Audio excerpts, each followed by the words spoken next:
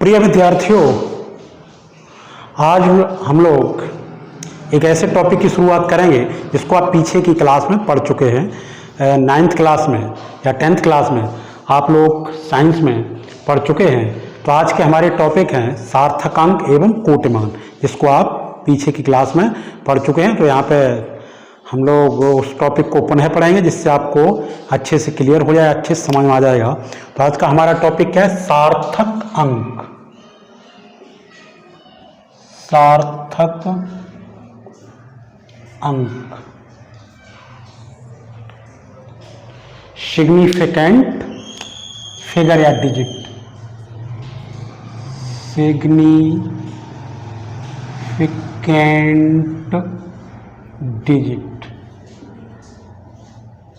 Digits, significant digits, सार्थक अंक। देखिए, इसी चैप्टर में हम लोग ने स्टडी की थी मापन पर, किसी राशि को किस तरीके से मापते हैं। किसी राशि को मापने के लिए क्या होता है? एक यंत्र होता है, उसकी सहायता से मापते हैं। और यंत्र की मापन की एक सीमा होती है, एक यथार्थता की सीमा होती है।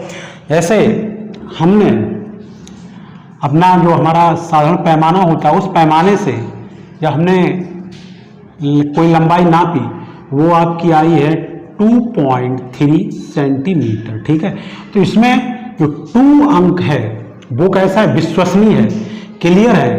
क्योंकि आपने क्या होगा कि ऐसे इस तरीके से देखिए, उस पर अंकन रहता है, ये 0 1 2 3 4 5 6 7 8 9 10, 1 2 3 4 5 6 7 8 9 10, और 1 2 3 4 5 6 7 8 9 10, इस तरीके से अंकन रहता है। तो आप 2.3 पढ़ेंगे तो देखिए यहाँ पे हो गया 1 सेंटीमीटर, यहाँ पे हो गया 2 सेंटीमीटर।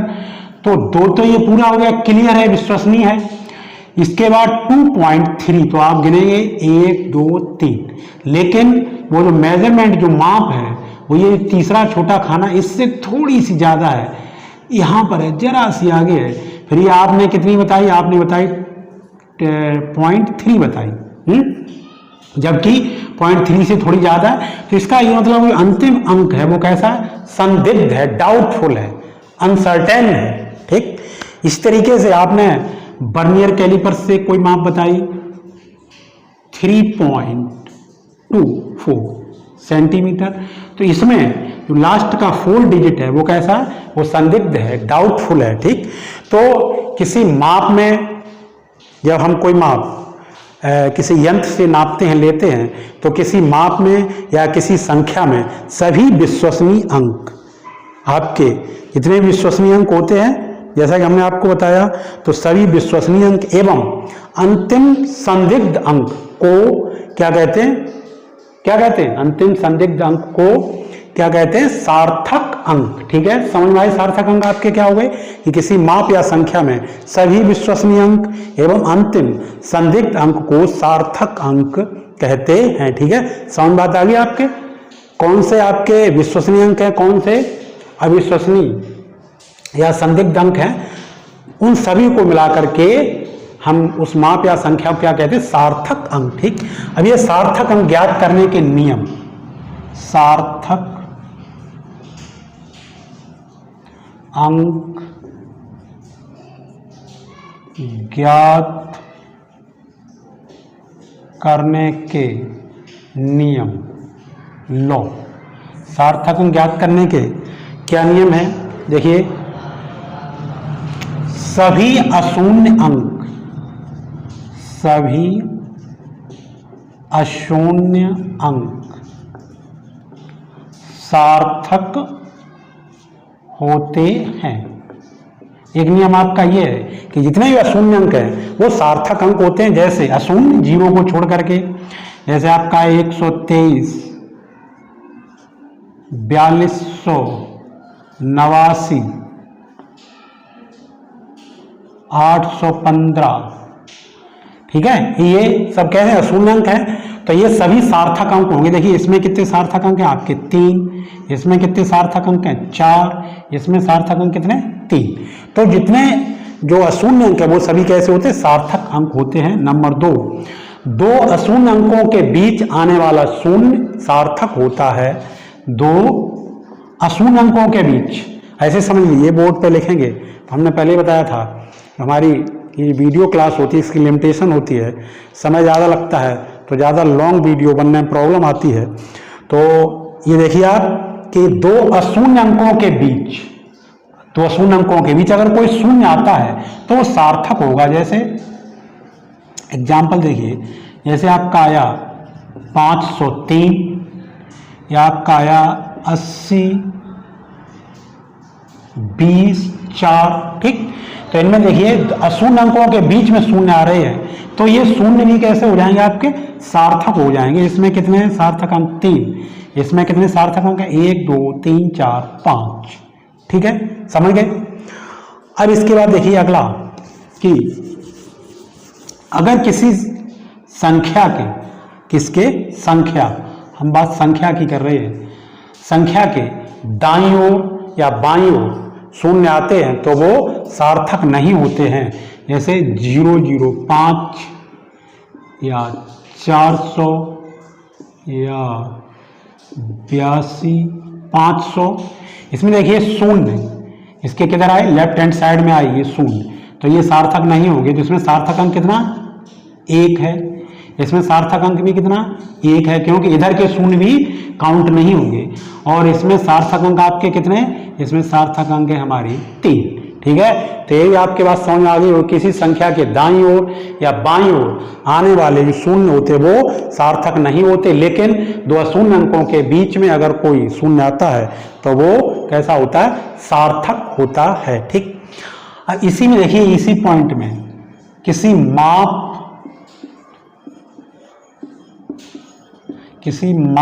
के दाईं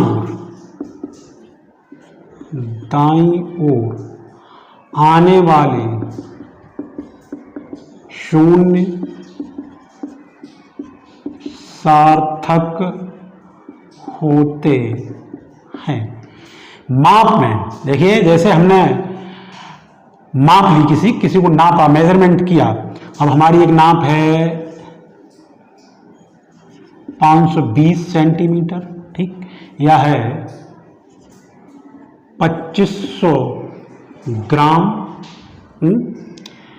या है 10 किलोमीटर, या है 50 छात्र। ये भी एक मेजरमेंट है, 50 छात्र, ठीक है, वो काउंटिंग फिक्स है।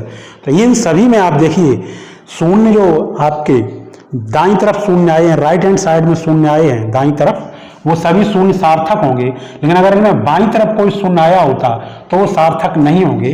तो इसमें देखिए आपके सार्थक अंक कितने हैं? इसमें 3 हैं।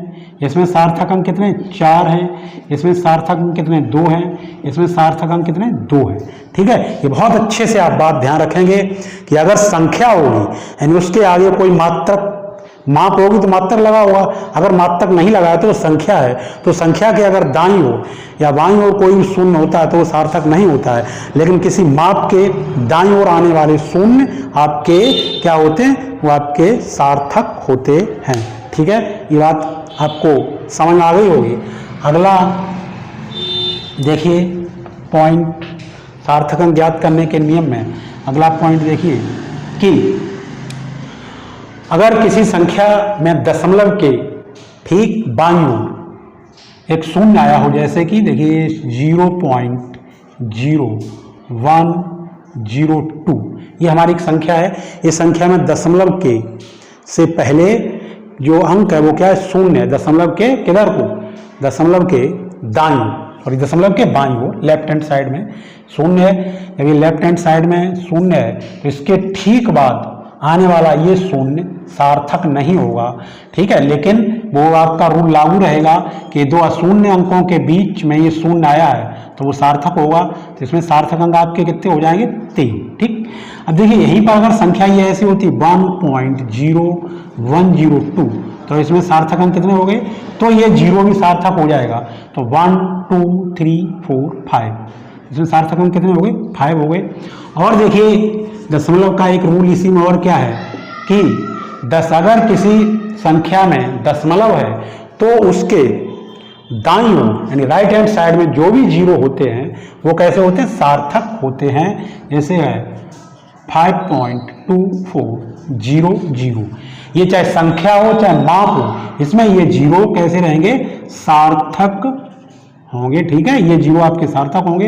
इसमें कितने सार्थक अंक हुए, 1 2 3 4 5, कितने सार्थक अंक हो गए, 5।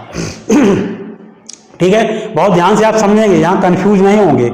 अगर ये यहां पे दशमलव नहीं है तब ये संख्या है, हमने पॉइंट हटा दिया। अब देखिए इसमें कितने सार्थक अंक रहेंगे, 3। ठीक, अब पॉइंट लगा दिया तो सार्थक अंक कितने हो गए, 5।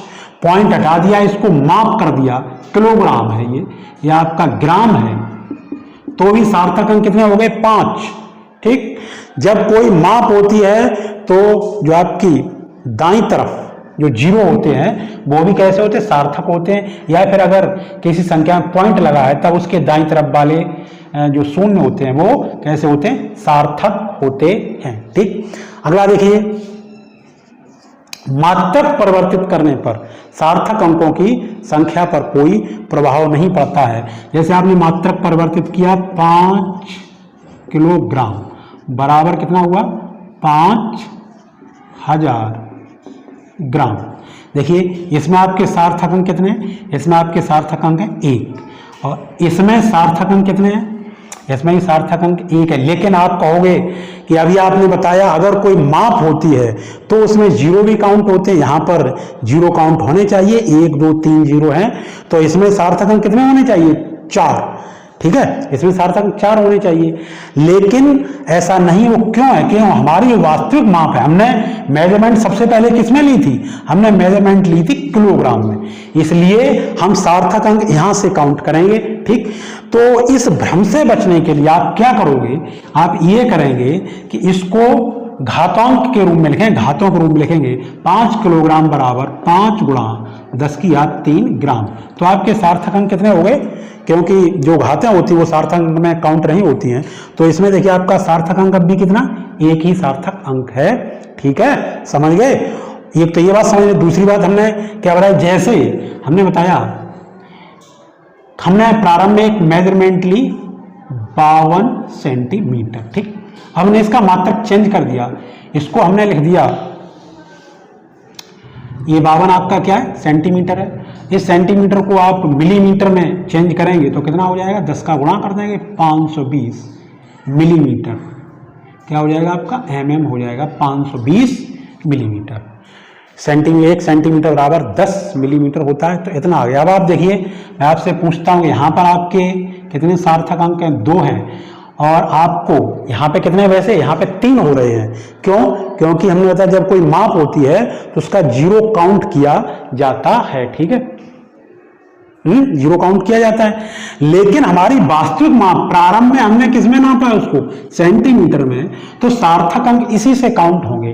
ठीक, अब यहां पर सार्थक अंक 3 हो रहे, तो यहां पर भी आप भ्रम से बचने के लिए मैंने क्या बताया कि यहाँ घातों के रूप में लिखेंगे, तो कितना 10 टू 1 ये मिलीमीटर हो जाएगा। तो आपका इसमें भी सार्थक अंक कितने, 2 है। ये बहुत अच्छा नियम है, बहुत अच्छा रूल है, इसको आप बहुत अच्छे से याद रखेंगे। ठीक, मात्रक परिवर्तित करने पर जो हमारे सार्थक अंक होते हैं उनकी संख्या पर कोई भी प्रभाव नहीं पड़ता है। ठीक, आपके ये आपको सार्थक अंक ज्ञात करने के जो महत्वपूर्ण नियम थे वो हमने बताए, आपके समझ में आए होंगे। ठीक है, अब देखिए जो आपके सार्थक अंक होते हैं उनमें अनिश्चित और संदिग्ध अंक भी होते हैं, तो उनका हम अब पूर्णांकन करना सीखेंगे, राउंडिंग ऑफ करना सीखेंगे।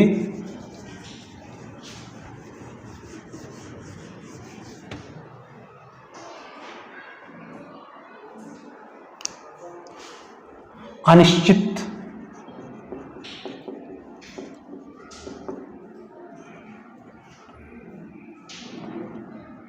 अनिश्चित अंक को हमने क्या कहा था, संदिग्ध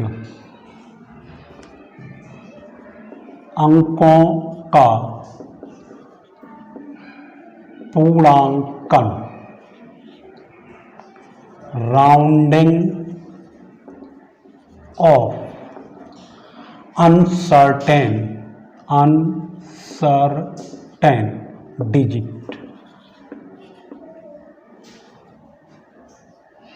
डिजिट्स,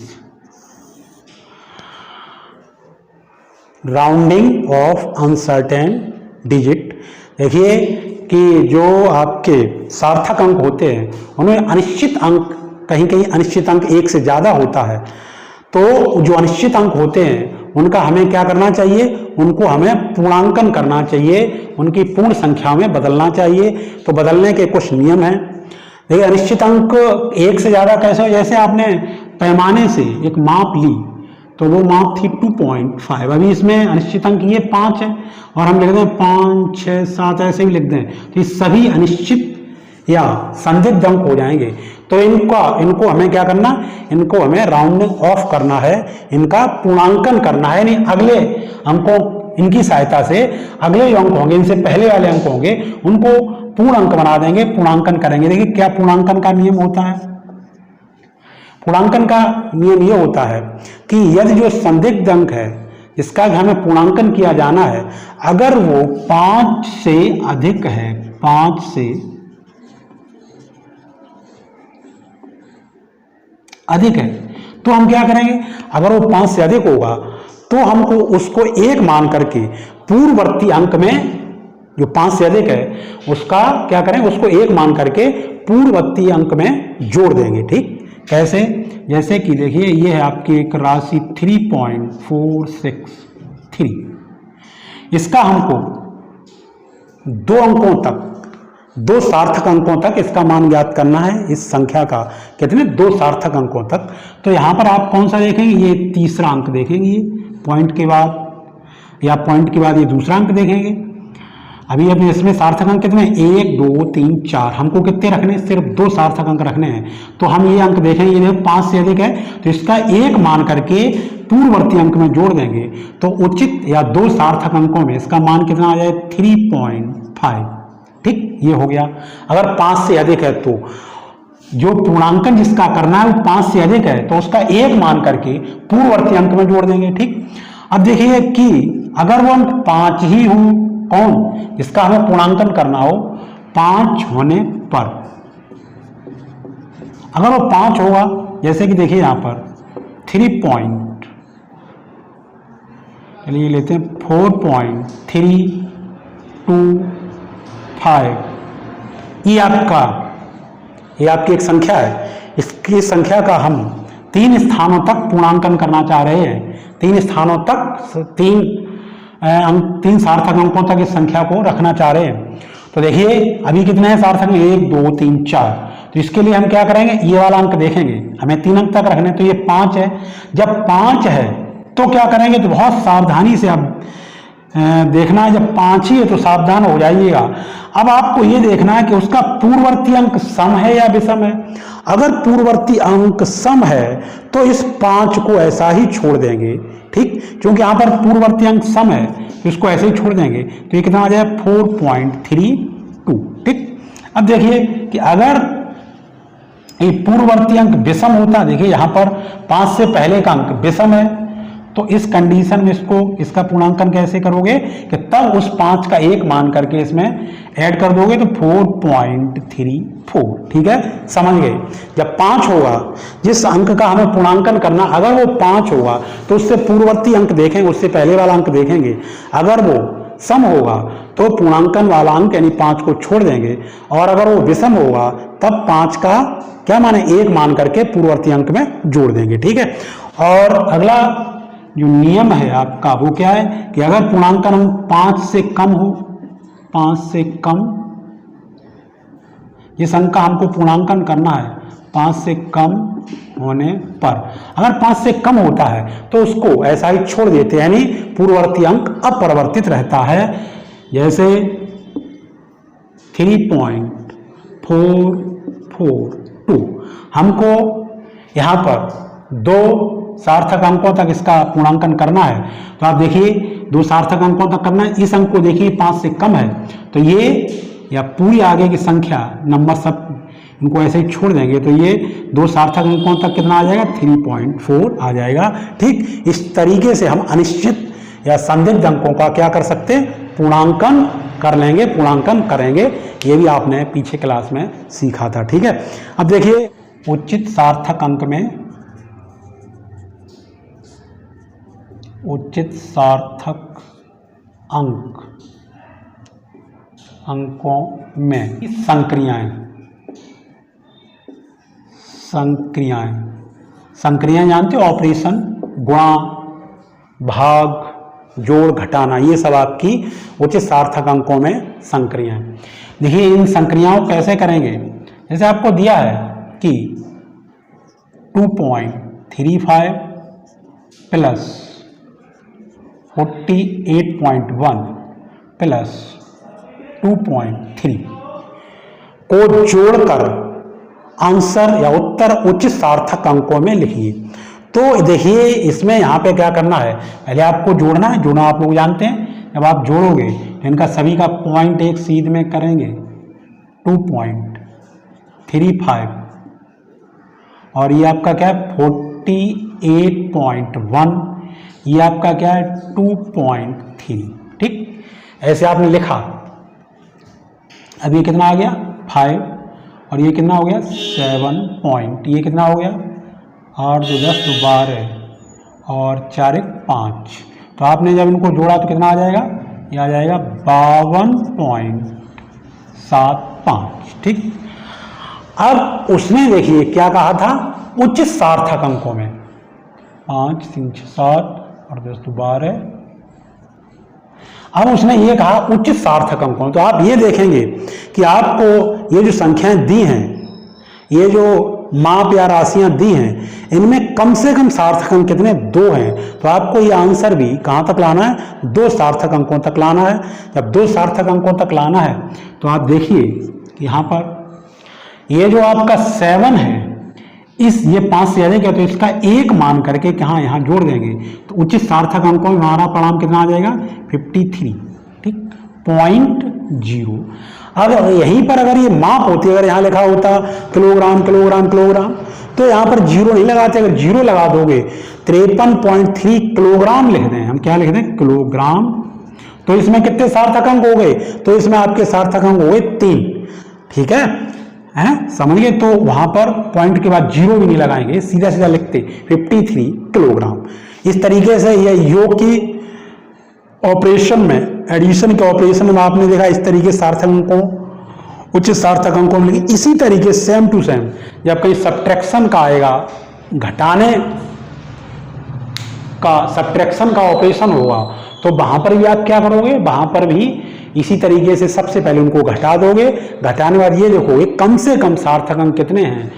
ठीक है, तो कम से कम सार्थक अंक जितने होंगे उतने ही आपको सार्थक आंसर में लिखने होंगे। ठीक, और भी संक्रियाएं आपकी बहुत सारी आएंगी, जैसे वो पूछेगा कि 2.81 इंटू 4.1 अपॉन 2.0 इंटू 5.12 को सरल करके उत्तर उच्च सार्थक अंकों में लिखिए। तो आप सरल करने का मेथड आप क्या करेंगे, पॉइंट हटा देंगे। देखो ये 2 स्थान है, ये पॉइंट हट गया है, ये इससे ही हट गया। उसके बाद काट पीट करेंगे और ऊपर को ऊपर गुणा कर लेंगे, नीचे का नीचे गुणा कर लेंगे, फिर ऊपर वाली संख्या में नीचे वाली संख्या का क्या कर देंगे, ऊपर वाली संख्या में नीचे वाली संख्या का भाग लाएंगे। जो आंसर आएगा उस आंसर में अब ये देखेंगे इसमें कम से कम सार्थक अंक कितने 2 हैं। देखिए 2 हैं, तो हमें भी अपना जो आंसर है वो कितने सार्थक अंकों तक लिखना है, सिर्फ 2 सार्थक अंकों तक लिखना है। जैसे फॉर एग्जाम्पल ये आपका जो कैलकुलेशन है जितना भी आए आप कैलकुलेशन करके देखें। मान लीजिए हम ये मान ले रहे हैं कि कैलकुलेशन आ रहा है 0.0248। ठीक, ये आपका कैलकुलेशन आ रहा है, तो आपको इसमें कितने सार्थक अंक लिखने हैं 2। ठीक, तो आप देखिए ये वाला, ये जो अंक है, ये अंक ये 5 से अधिक है तो इसका 1 मान करके यहां जोड़ दें, इसका पूर्णांकन कर देंगे तो आपका आ जाएगा 0.025। ठीक है, इसमें सार्थक अंक आपके कितने आ रहे, 2 सार्थक अंक आ रहे। ठीक है, समझ गए बात है। तो इस तरीके से ये आपके सार्थक अंक निकाल लेंगे और इनको सॉल्व कर लेंगे। कितने सार्थक अंक लिखने 2। अब देखिए जैसे यहीं पर अगर इतना आंसर आ रहा होता तो कैसे करते, सार्थक अंक 2 0.02 इतना ही आंसर आ रहा है आपका, सॉल्व होके इतना ही आंसर आ रहा है। तो इसमें 2 सार्थक अंक कैसे करोगे बताइए। इसमें आप 2 सार्थक अंक कैसे करेंगे। अब हम इसको पावर के रूप में लिखते हैं, घातांक के रूप में लिख लेंगे। तो जब आप घातांक के रूप में लिखोगे तो देखिए 1 2 इसको लिख दीजिए 20.0 इंटू 10 टू रेज 1 2 दशमलव कितने स्थान तक ले 3 -3। ठीक, अब आप देखिए कि इसमें अब आपके सार्थक अंक कितने हो गए, 2 सार्थक अंक हो गए। ठीक, और अगर यहीं पर कोई माप होती तो हम यहाँ पॉइंट के बाद 0 नहीं लगाएंगे। ठीक, तो इसको इस तरीके से लिख लेंगे। बहुत सारे न्यूमेरिकल होंगे, अभी हम सॉल्व करवाएंगे तो आपको बताएंगे, ये आप सीखें। बहुत सिंपल बात है। एग्जाम में आप फर्स्ट ईयर की परीक्षा में सार्थक अंकों संबंधित एक न्यूमेरिकल आता है, वो इसी तरीके से आता है। जोड़, आपको जोड़ना घटाना गुणा भाग करना होगा, फिर वो कहेगा उच्च सार्थक अंकों में लिखिए, तो आप इस तरीके से उच्च सार्थक अंकों में लिख दें। उच्च सार्थक अंकों मतलब जो हमारी जो गुणा भाग हम कर रहे थे उसमें जो संख्या, उसमें कम से कम सार्थक अंक जितने होंगे आंसर में भी हमें उतने ही सार्थक अंक रखने होंगे। ठीक है, तो ये आपके सार्थक अंकों की बात हो गई। अब देखिए एक हेडिंग और देखते हैं हम लोग इसमें, इसके बाद हमारा ये चैप्टर फिनिश हो जाएगा। अब हम नेक्स्ट हेडिंग देखते हैं कोटिमान। क्या देखते हैं, ये भी आपने पीछे पढ़ा होगा, कोटिमान, order of magnitude. कोटिमान,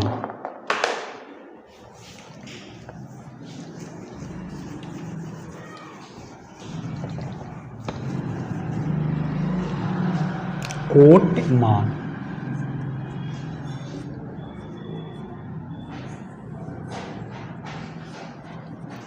order of magnitude. आपने देखा था इस चैप्टर में कि जो फिजिक्स है उसकी माप तौल की रेंज बहुत अधिक होती है, बहुत बड़ी परास में फिजिक्स मापन करती है। जैसे देखिए आपका जो इलेक्ट्रॉन होता है, इलेक्ट्रॉन का द्रव्यमान कितना होता है, इलेक्ट्रॉन का द्रव्यमान होता है 10 की घात, इलेक्ट्रॉन का द्रव्यमान m इक्वल होता है 9.1 इंटू 10 टू रेज -31 kg। ठीक, इतनी छोटी माप तक फिजिक्स ने मापा है, इलेक्ट्रॉन का द्रव्यमान नापा है। और बहुत बड़ी माप यानी प्रेक्षणीय विश्व का द्रव्यमान कितना होता है, 10 की घात 55 kg तक होता है। ठीक, तो जो हम माप तौल इसमें करते हैं वो हमारी माप तौल बहुत छोटी होती, बहुत बड़ी होती है, परिसर बहुत बड़ी है।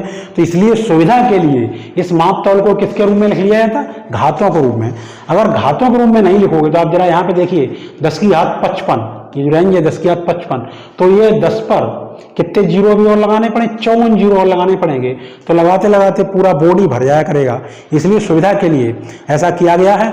ठीक है, तो कोटिमान क्या होता है कि अगर किसी राशि के माप को किसी राशि के माप को 10 की निकटतम पूर्णांक घातों के रूप में लिखें। देखो यहाँ पर ये जो संख्या है वो 10 के निकट है और ये पूर्णांक घातों के रूप में हमने लिखा है, तब जो प्राप्त परिमाण होता है उसको कोटिमान कहते हैं। कोटिमान क्या हुआ कि यदि किसी माप या संख्या के परिमाण को 10 की निकटतम पूर्णांक घातों के रूप में लिखें तब प्राप्त परिमाण कोटिमान कहलाता है। ठीक, कोटिमान ज्ञात करने का नियम, कोटिमान ज्ञात करना बहुत सरल और सिंपल है। एक ही इसका नियम है कि सबसे पहले दी हुई माप या दी हुई संख्या को 10 की निकटतम घातों के रूप में लिख लेते हैं। कैसे, देखिए जैसे कि हमको ये 5400 मीटर है, इसका हमको कोटिमान पता करना है, तो सबसे पहले आप क्या करो, 5400 को 10 की निकटतम पूर्णांक घातों के रूप में लिखोगे। ऐसा लिखोगे इसको कि 5400 10 के निकट भी आ जाए और घातांक के रूप में लिख दो इसको। तो इसको क्या लिख सकते हैं, 5.4 इंटू 10 टू रेज 1 2 3 मीटर। ठीक, सबसे पहले ये करेंगे, दी माप या संख्या को 10 की निकटतम पूर्णांक घातों के रूप में लिखेंगे। फिर देखेंगे कि जो संख्या है या जो परिणाम है ये वो √10 इक्वल क्या होता है 3.16। 3.16 से इसकी तुलना करेंगे। अगर माप या रास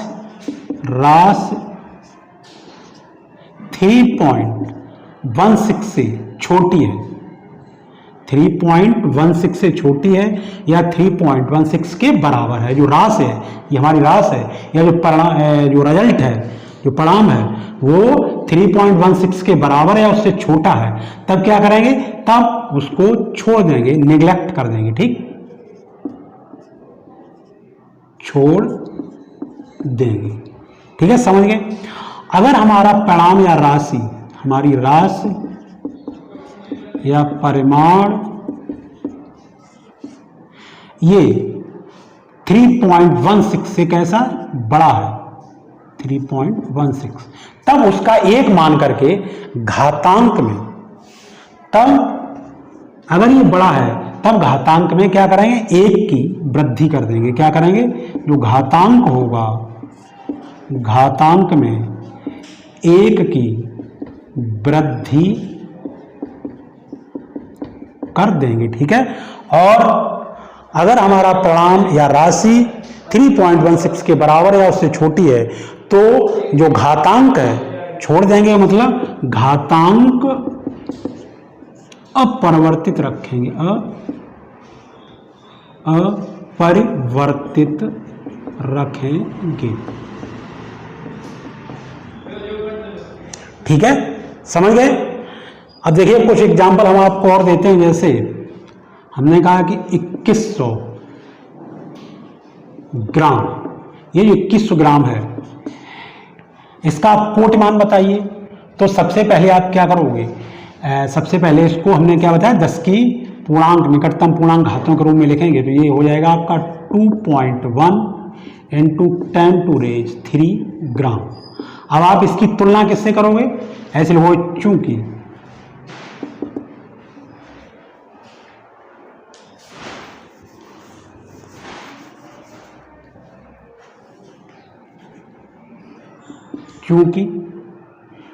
2.1 लेस देन 3.16 लेस देन है, इसलिए कोटि मान बराबर जो भी घातांक होगा उसको ऐसा ही लिख दोगे। तो कोटि मान बराबर कितना रहेगा, 10⁻³ ग्राम। ठीक, इतना हो गया है, समझ गए।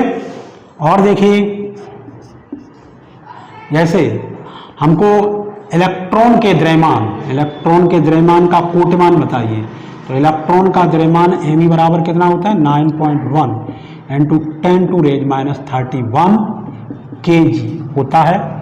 ठीक है, तो अब आप यहाँ पे देखिए, यहाँ 9.1 ग्रेटर देन 3.16, ये ग्रेटर देन है, तो कोटि मान बराबर कितना हो जाएगा।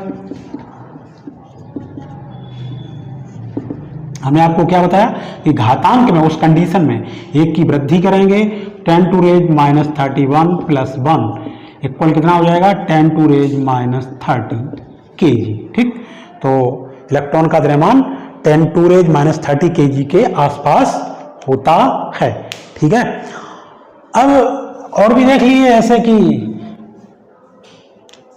यह आ जाए आपका पृथ्वी की त्रिज्या।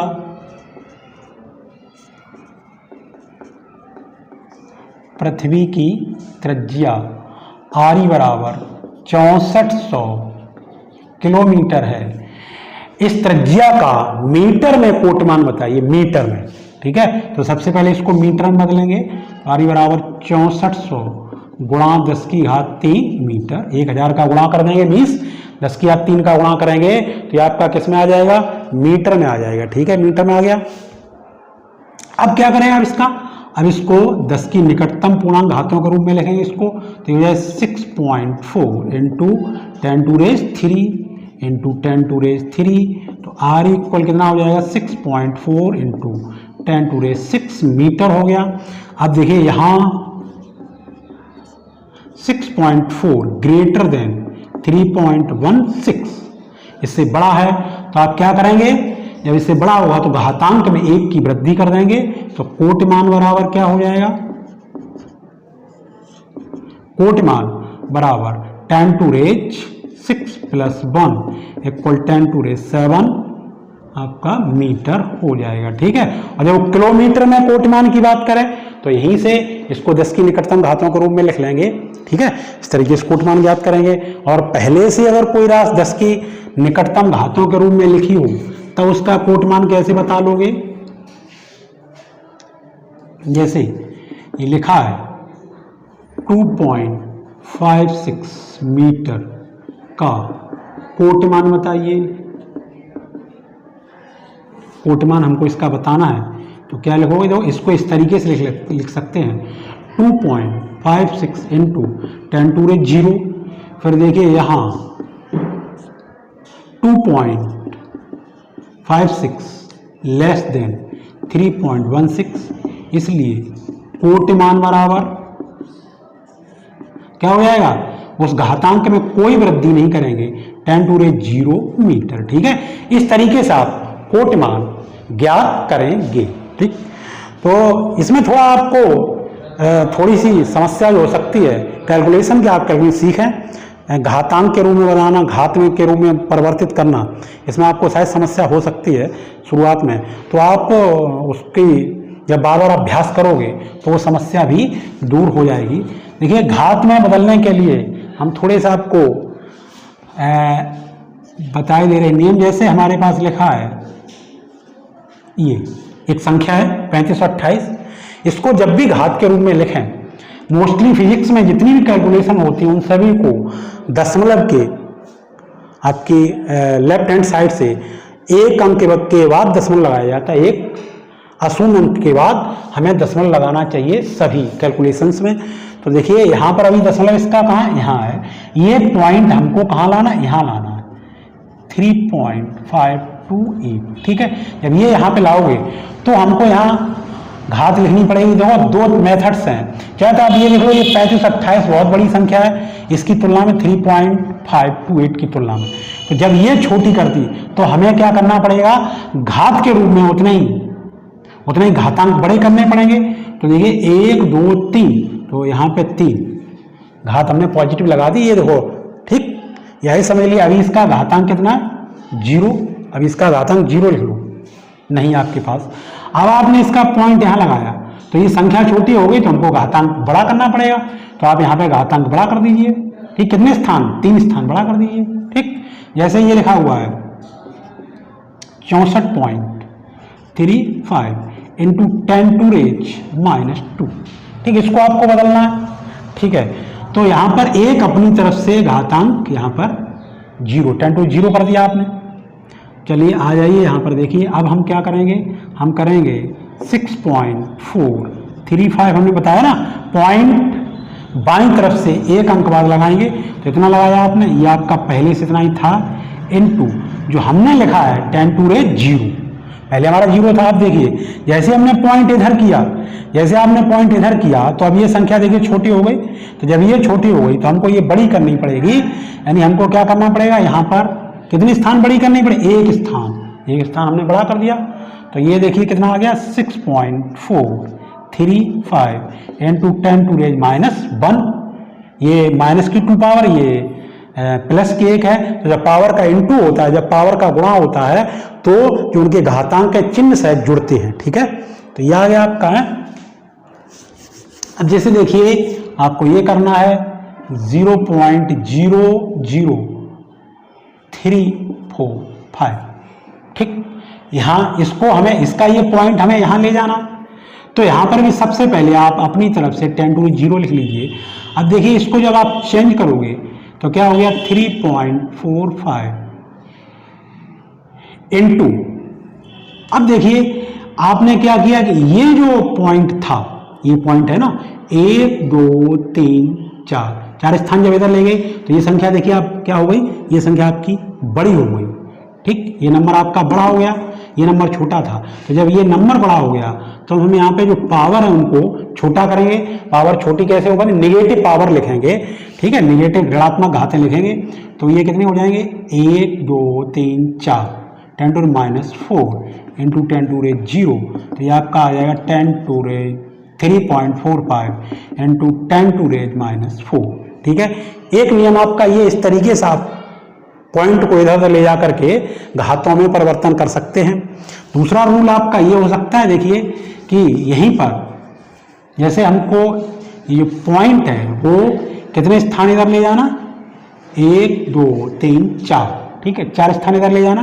तो आप नीचे 1 लिखेंगे और इसके बाद देखिए जब ये 0 यहाँ पर एक पॉइंट लगा लीजिए अभी, और 1 2 3 4 स्थान लेंगे तो कितने 0 बढ़ाओ, 1 2 3 4, 1 लिख करके पॉइंट लगा लीजिए और उसके बाद जितने स्थान हम ले जा रहे हैं दशमलव को उतने ही 0 लगा लीजिए, ठीक है।